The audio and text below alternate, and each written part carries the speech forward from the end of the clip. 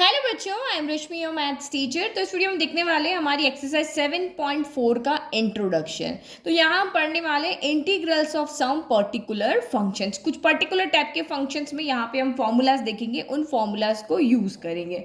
तो लेकिन आपको उससे पहले ये पता होना चाहिए कि 7.1, 7.2, 7.3 में क्या क्या था। अपनी फिंगर टिप पे आपको यहाँ पे याद होना चाहिए। तो 7.1 के अंदर हमने बहुत सिंपल फॉर्मूलाज देखे थे, जैसे इंटीग्रेशन ऑफ साइन एक्स क्या होता है, इंटीग्रेशन ऑफ कॉस एक्स आपका यहाँ पर क्या होता है। तो ये हमने एल्जेब्रिक फॉर्मूलाज देखे थे, ये हमने ट्रिग्नोमेट्रिक फॉर्मूलाज यहाँ पर देखे थे।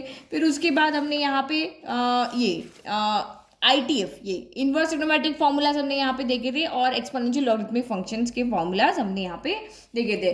फिर नेक्स्ट में हमने मेथड ऑफ सब्स्टिट्यूशन देखा था कि अगर कोई फंक्शन है और उसका डिफरेंशिएशन भी अगर वहाँ पे मौजूद है तो हम कैसे उसको सब्स्टिट्यूट करके सॉल्व कर रहे थे, तो वो भी हमने यहाँ पे देखा था। और ये चार फॉर्मूलाज हमने यहाँ पे पढ़े थे, ये मेथड ऑफ सब्स्टिट्यूशन से हमारे निकले थे।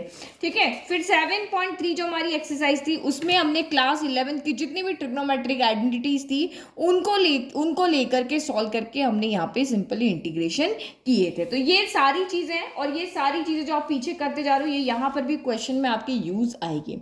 अब इस एक्सरसाइज में हम नया क्या करने वाले हैं, तो इस एक्सरसाइज में हम पर्टिकुलर टाइप के कुछ फंक्शंस का इंटीग्रेशन करेंगे। जैसे आप यहाँ पे देखो, तो यहाँ पे आपको फर्स्ट स्टेप का मिलेगा कि आपको इंटीग्रेशन ऑफ 1 अपॉन कोई क्वाड्रेटिक इक्वेशन यहाँ पे दी होगी, है ना।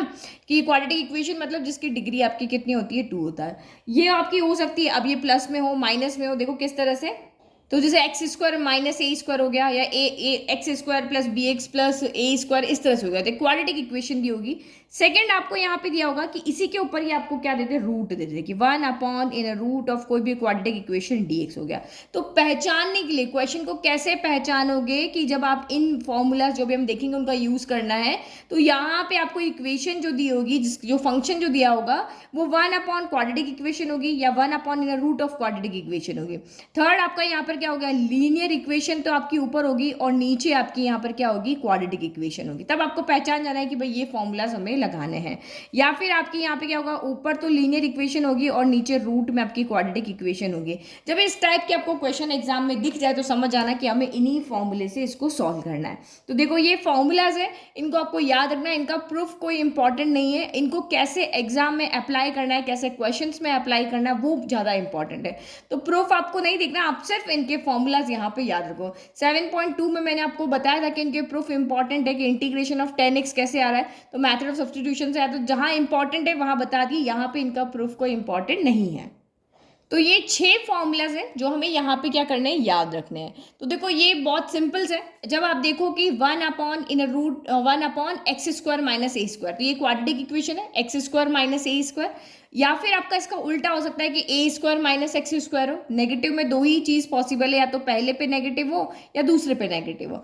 फिर दोनों में ऐड है, तो ऐड में कोई भी आगे रख दो, कोई भी पीछे रख दो, कोई फर्क नहीं पड़ता। ठीक है, और इन्हीं तीनों पे आपने यहाँ पे क्या कर दिया, डिनोमिनेटर में रूट लगा दी। तो ये 6 फॉर्मूलाज मेनली हम यहाँ पर देखने वाले। अब इसका याद कैसे करना वो भी देखें।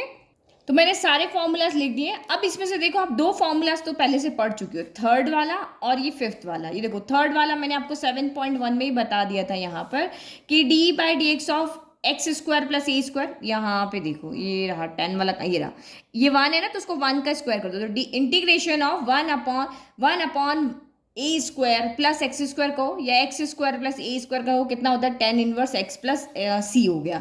तो बस यहाँ पे जो भी होगा ना, वो 1 अपॉन ए हम यहाँ पे करें, क्योंकि इस फॉर्मूले में क्या होगा, हमेशा 1 ही रहेगा।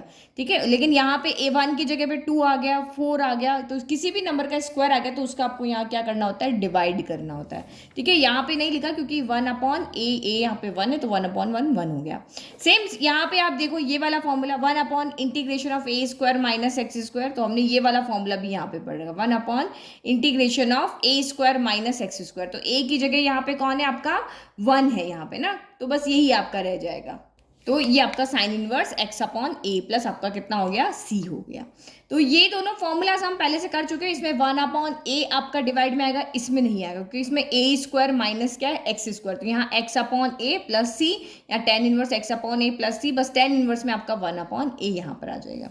अब देखो यहाँ पे फॉर्मूला देखोगे तो देखो ये सेम है, जिन दोनों पे रूट नहीं आ रहा है वो, और जिन दोनों पे आपका रूट आ रहा है, उन दोनों को याद करने का सेम मैथड है। देखो 1 upon x square minus a square, तो लॉग आएगा, सब में लॉग आएगा, चारों में लॉग आएगा, और 1/2a करना है यहाँ पे इस वाले में, जिसके पास रूट नहीं है उसके पास 1/2a करना है।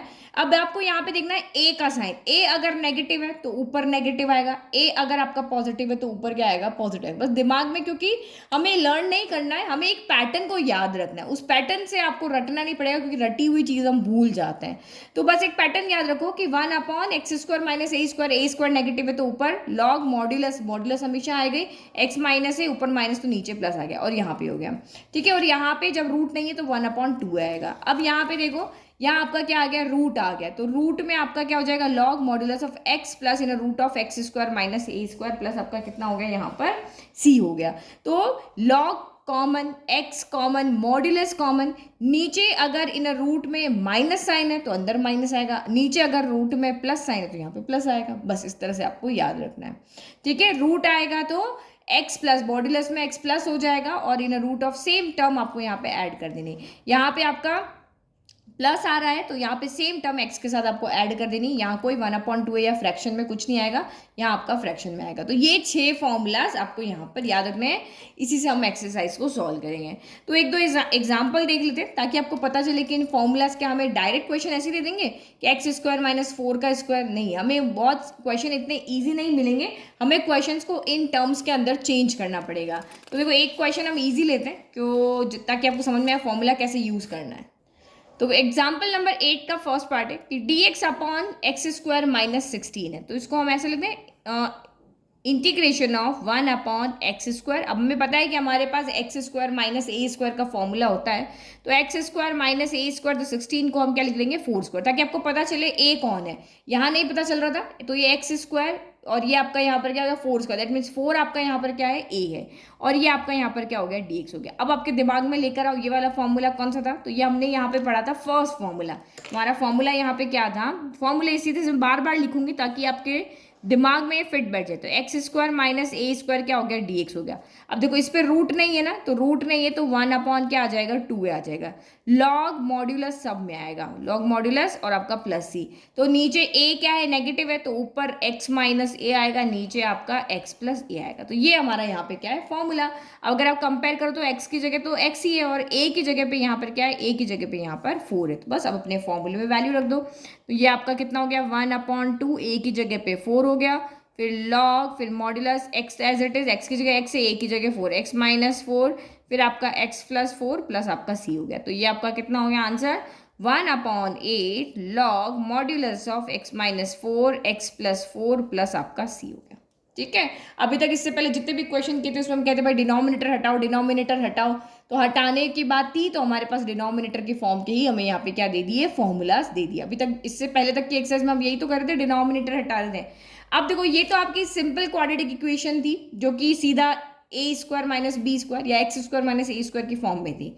अब अगर यही क्वाड्रेटिक इक्वेशन सिंपल ना हो तब आप यहाँ पे क्या करोगे, तो ये हमने एग्जाम्पल नंबर 9 लिया, इंटीग्रेशन ऑफ 1/x² - 6x + 13। आपको दिख रहा है ना कि ये क्वाड्रेटिक इक्वेशन है, तो दिमाग में रखो ये 1/, क्योंकि मैंने आपको स्टार्टिंग में ही बताया था कि यहाँ पे आपको क्वेश्चन इस तरह से मिलेंगे, 1/, क्वाड्रेटिक होगा, 1/√, क्वाड्रेटिक होगा, लीनियर अपॉन क्वाड्रेटिक होगा, और आपका लीनियर अपॉन रूट में क्वाड्रेटिक होगा। तो अभी जो हमारा क्वेश्चन है ये वाला फॉर्म, फर्स्ट वाला भी यही था और अब जो हम कर रहे हैं वो भी यही है, 1/, क्वाड्रेटिक है।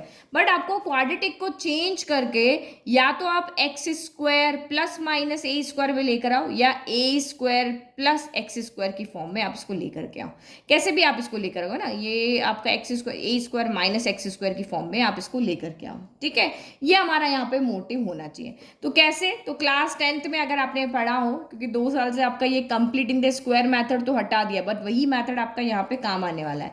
तो कंप्लीटिंग द स्क्वायर मेथड आपको यहाँ पे क्या कहता है, पहली चीज वो कहता है कि x² का कॉफिशिएंट हमेशा 1 होना चाहिए।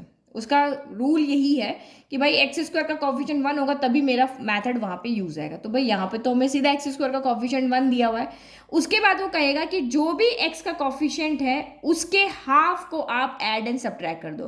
तो यहाँ पे आपको क्या करना है, कॉफिशिएंट देखना है, किसका, कॉफिशिएंट ऑफ x देखना है, उसका हाफ के स्क्वायर को आपको क्या कर देना है, प्लस भी करना है और माइनस भी करना है।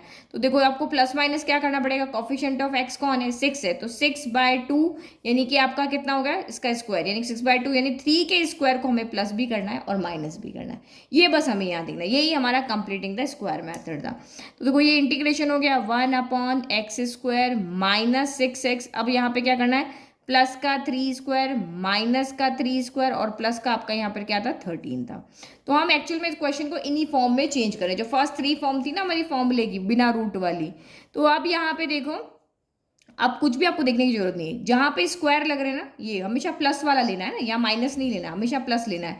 तो ये ए है, ये बी है, और बीच में क्या है आपका यहाँ साइन कौन सा, माइनस, यानी कि x-3 का ये क्या बन गया, होल स्क्वायर बन गया।